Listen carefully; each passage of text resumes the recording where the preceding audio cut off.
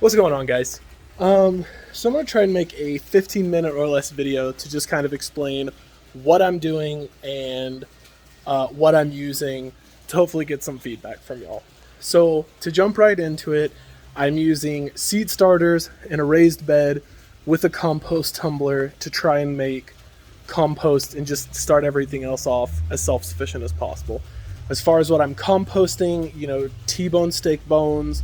Our dog food is all natural, so it's like peas, rice, little chunks of meat, stuff like that. It's organic. It's not like chemicals and ground up junk and stuff like that. So that's in a 2.4 gallon tumbler that's in the kitchen where we collect our compost waste, and that will be going out into the tumbler that y'all see later. But as far as the plants and whatnot, I'm using seed starters. And for the uninitiated, my understanding of why you use seed starters is this gives you a safe, small, controllable, medium to start your seeds and their root system in. And then it's easier to transplant those started root systems into a raised bed with less disruption. So instead of trying to plant, just drop some roots in some soil and hope it takes, seed starters allow you to put a started seed in the ground with an established root system, and then the roots will grow out of the seed starter into your bed, and you theoretically have a more successful plant. So what I've done is, first I had this batch of seeds, which I was not putting these out in direct sun, and I was not, and I accidentally left them on top of our gazebo or our hot tub thing, and they blew off. So I have no idea which is which. However, promising signs. There's some growth there, and I think those are my microgreens, and I've seen some of those seeds start to split open. So I'm going to try and keep growing these, but let me fix this real quick. I'm going to try and keep growing these, but since I have no idea which is which, and because of the delays and whatnot, I started a new batch. So that's these bad boys. And as you can see, I did a little better with these. So these are all, I got my method for starting the pellets down. They're all labeled individually by what they are. And then when tomatoes and whatnot come into season, I'm just gonna strike a line through them and reuse them to label the next plants I grow. All of these are within season for my zone. I've already researched. I'm zone 8A, so take that for what it's worth. But otherwise, for knowing what I was supposed to have grown, I just read the back of the, let me fix this one now.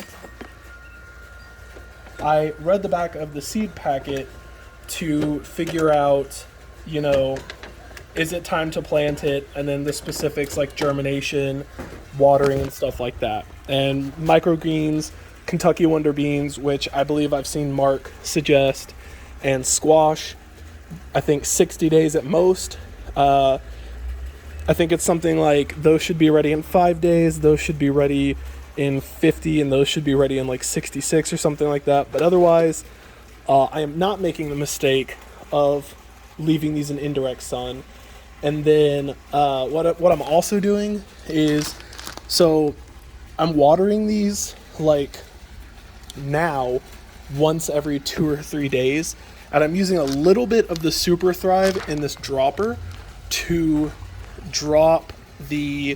basically get the Super Thrive into the soil, because my thinking is, if I'm starting the seed and I want it to have as much nutrients and starting nutrients as possible, why not just put that in over the course of the seed starting in a fashion where it can all be absorbed, because I'm just dripping it onto the peat moss versus hoping it catches. This is an experiment, so y'all feel free to tell me if this is just the dumbest idea I've ever had. But there's a little bit of seed starting water, and I'm putting it out here in the sun, and my hope is that it will start sprouting. And I don't know, maybe if that's what some of that is. I don't know, these little mushy parts coming out. But I don't know. For some reason I have it in my head. I totally have not looked it up for science, but I've heard you can just like soak and start a potato, but something tells me that these lines right here are either mold starting or like leftover crust from the start juice. But look forward to y'all telling me about that. All right. Come on, Alexa. So, as far as the growing goes, I have a raised bed and the RSI compost tumbler. Uh-oh. You didn't see that. You didn't see that bunny running. So, just to kind of start with the compost, because that's the simplest. I've just mixed in a sparing amount of paper shreds, some dead leaves that have fallen off the trees and stuff like that. And then I put some like finely ground meat, some like a small amount of meat that was thrown out.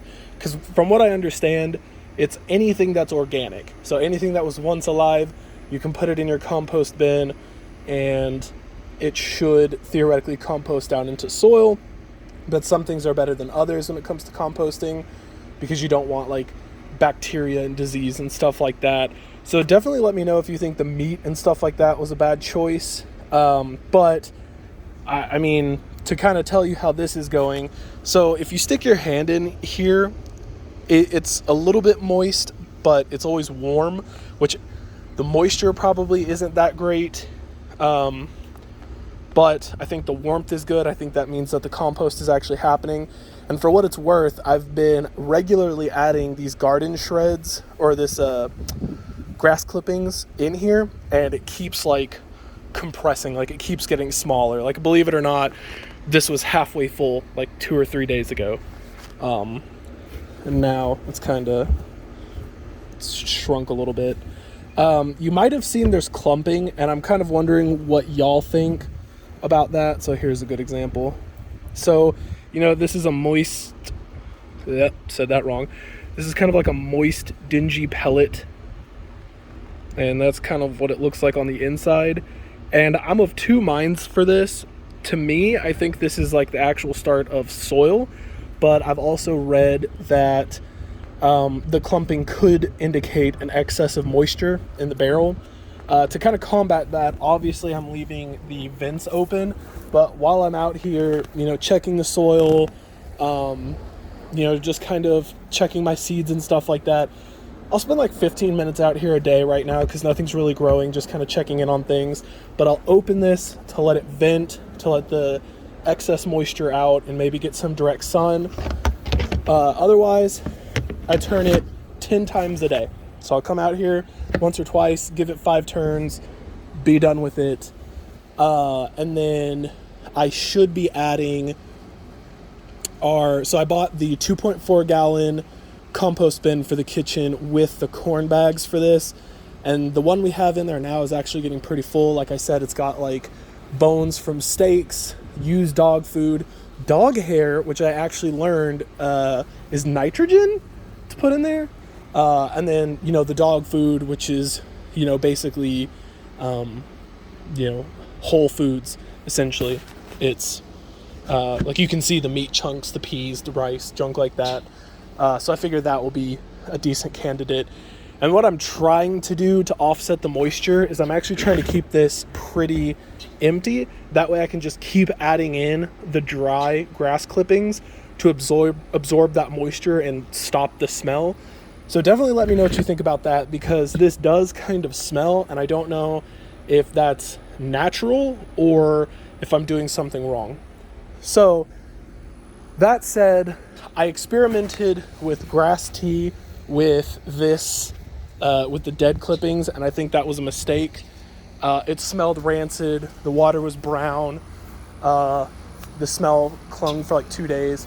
And so what I kind of tried to start to do is start mixing in this soil with the grass tea, the spent grass tea clippings, and then the dry grass clippings.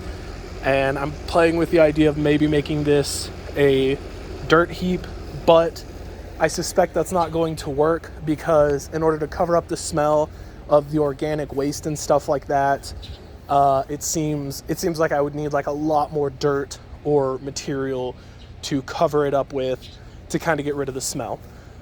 Like from what we've seen from Mark's videos, right, where he talks about composting and you see him take like the eggshells, the fruit husks and stuff like that, and he always pours it into a trench and then covers it. I don't have the ability to do that here. Okay, so the last part is the raised bed and these grass clippings. So I watched Mark's video on, how do you fill the bed for cheap, and luckily I found a whole bunch of these used grass clippings. We have like a company that comes through and does all the houses down our blocks. There's like 1, 2, 3, there's like 6 houses down our street, and then they put these bags of grass clippings at the end. So I used these for cheap filler, and the way I did that was basically these first 2 rungs are filled with grass clipping, and then these 2 rungs are filled with soil. Well, honestly, there's probably like this mid layer here, and then this is like where the top of everything goes, so the soil probably ends about right here.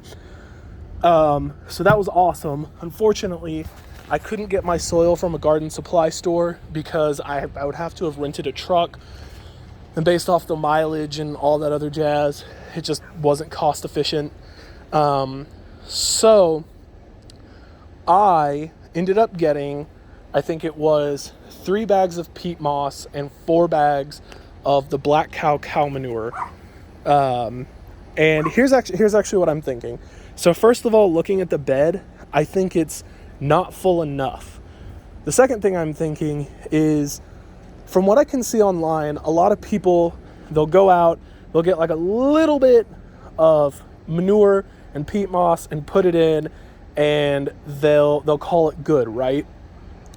I think the established gardeners between y'all, and feel free to call me out for this if I'm wrong, can see that right now a majority of this bed is peat moss. So that's the growing medium, from what I understand. That's what holds the water and gives the nutrients somewhere to go. And you can tell, like, here's the dry stuff and it's moist down there, so that's good.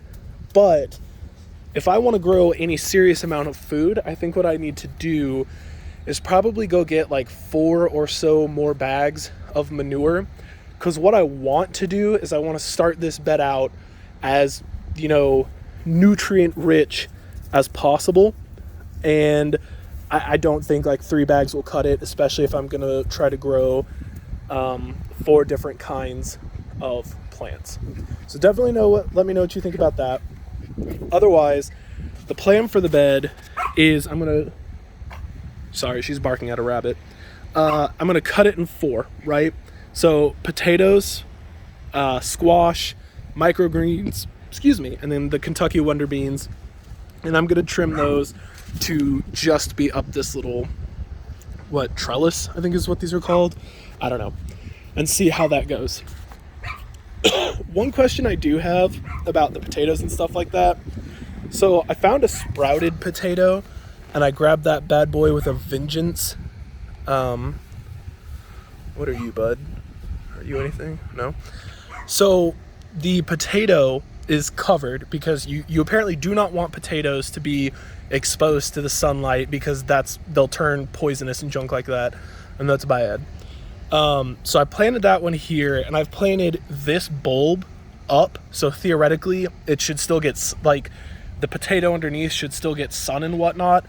Otherwise, all the other sprouts and starts or whatever are under the soil. So I'd be really curious to know if I'm doing that correctly. Otherwise, I did a really ignorant thing, and feel free to call this out, is I just put a potato in here. Like, I put some fertilizer over here, stuck a potato in there, and nothing is happening, and I'm guessing that's wrong. So let me know if that's wrong. Otherwise, the plan is, as soon as the microgreens and whatnot have sprouted and start to like show a sprout, I think is the right way to say that, is just to get those bad boys in here. Probably tomorrow I'm gonna go to the store, spend $15 on manure, and just really mix it in here. Just like, I mean, this side is what it is, but this area is still just like regular soil. So I'm thinking about just mixing that in so there's like nutrients and stuff for the plants to eat. The one thing I am kind of making sure to consider is that the bags of the manure say it feeds for 3 months. And the seeds that I have they're ready to harvest anywhere from 55 to 60 days. So theoretically, there should be enough food in here for all those plants to grow. So that's my spiel. I appreciate y'all listening to this. Please let me know what you think. I am stoked to be here on the forum, and I look forward to contributing once I actually know enough to open my mouth. All right. Y'all have a good one.